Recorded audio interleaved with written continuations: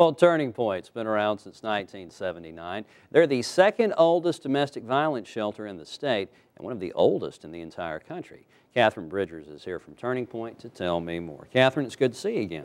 Thanks for having me, Denny. Always a pleasure. Yes, ma'am. Tell us a little bit about the things that you guys do over there, because it's not just a shelter, it's much more at Turning Point, correct?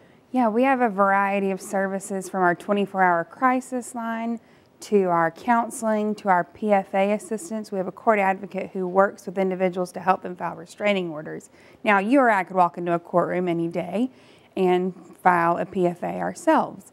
However, it's a pretty daunting task to come in and do that when you don't know exactly what you're doing and when you've had the trauma of having an abuse experience. So we have someone who works step by step with both the prosecutor as well as the victims to help them kind of navigate that process. So we offer that service, and then of course our traditional counseling.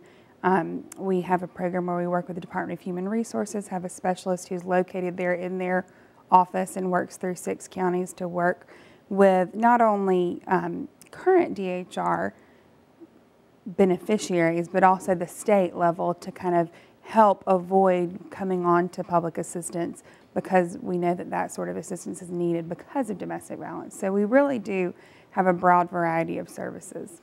Now, in most situations, people who are suffering from domestic violence, they're caught up in it. They're either in denial or they're scared to get out of it.